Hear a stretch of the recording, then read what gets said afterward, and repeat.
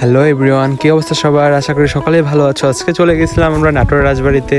হঠাৎ শুনলাম নাটোর রাজবাড়িতে নাকি মেলা হচ্ছে। মেলা দেখার জন্য বের হয়ে গেলাম বাসা থেকে। ফার্স্টে একটা টিকিট নিলাম, টিকিটের প্রবেশ মূল্য ছিল 15 টাকা। আমি চলে এসেছি দুপুর টাইমে, এই জন্য তেমন আহামরি কোনো মেলা জমে নেই এখনো। মেলা জমবে বিকেলে বা রাত্রে, আর আমি চলে এসেছি দুপুর টাইমে, তার জন্য মেলায় আশেপাশে কোনো মানুষজন দেখা যাচ্ছে না বেশি একটা। রাজবাড়িতে ঢুকতে ফার্স্টে চোখে পড়বে রাজপ্রাসাদের বৈঠকখানা। আর এই মেলাটা হচ্ছে মূলত তরুণ উদ্যোক্তাদের একটি সুযোগ করে দেওয়া, যেদিকে তাকাবেন শুধু নতুন নতুন উদ্যোক্তা আর উদ্যোক্তা। আর হ্যাঁ, নাটোর রাজবাড়িতে আসবেন আর রাজার মতো ঘোড়ার গাড়িতে চড়বেন না এমনটা তো হয় না। এখানে আসলেই দেখতে পারবেন যে সারি সারি করে ঘোড়ার গাড়ি দাঁড়িয়ে আছে।